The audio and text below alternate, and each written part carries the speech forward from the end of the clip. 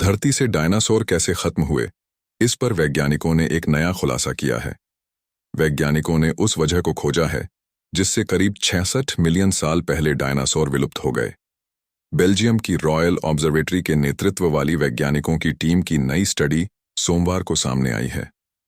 वैज्ञानिकों ने कहा है कि डायनासोर के धरती से खत्म हो जाने की वजह एस्टेरॉयड प्रभाव नहीं था, बल्कि 66 मिलियन यानी करीब 6.5 करोड़ साल पहले डायनासोरों को मार डालने में चट्टानों से निकले मलबे और धूल ने अहम भूमिका निभाई थी।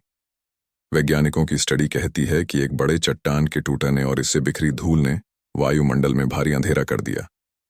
धूप जमीन तक नहीं पहुंची और सब पौधे सूखने लगे। इस धूल की मात्रा करीब 2000 गीगाटन थी, यानी ये धूल माउंट एवरेस्ट के वजन से 11 गुना ज्यादा थी, जिसने धरती और आसमान के बीच एक दीवार जैसी बना दी थी। 15 साल तक ये वायुमंडल में मौजूद रही।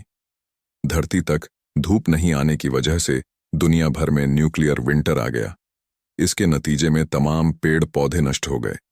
ऐसे में वो तमाम जानवर जो शाकाहारी थे मरने लगे। शाकाहारी डायनासोर भी इस घटना में मरने लगे। डायनासोर ही नहीं, इन 15 सालों में जीवित प्राणियों में से 75% धरती से गायब हो गए।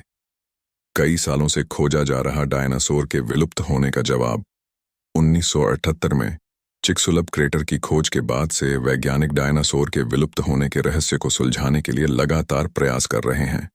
एक बड़े एस्टेरॉयड के गिरने से डायनासोर के विलुप्त होने का दावा किया जाता रहा है।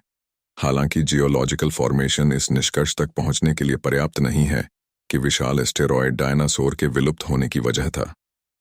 इसका प्रमुख सिद्धांत यह रहा है कि एस्टेरॉयड के प्रभाव से सल्फर और जंगल की आग से निकली कालिख आसमान में छा गई और दुनिया को एक लंबी अंधेरी सर्दी में डुबो दिया, जिसमें डायनासोर खत्म हो गए।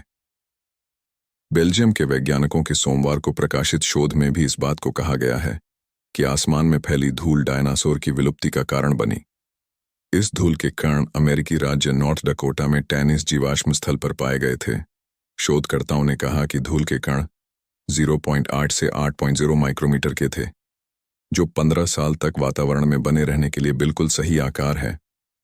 शोधकर्ताओं ने निर्धारित किया कि धूल ने जीवों के बड़े पैमाने पर विलुप्त होने में कहीं अधिक महत्वपूर्ण भूमिका निभाई होगी।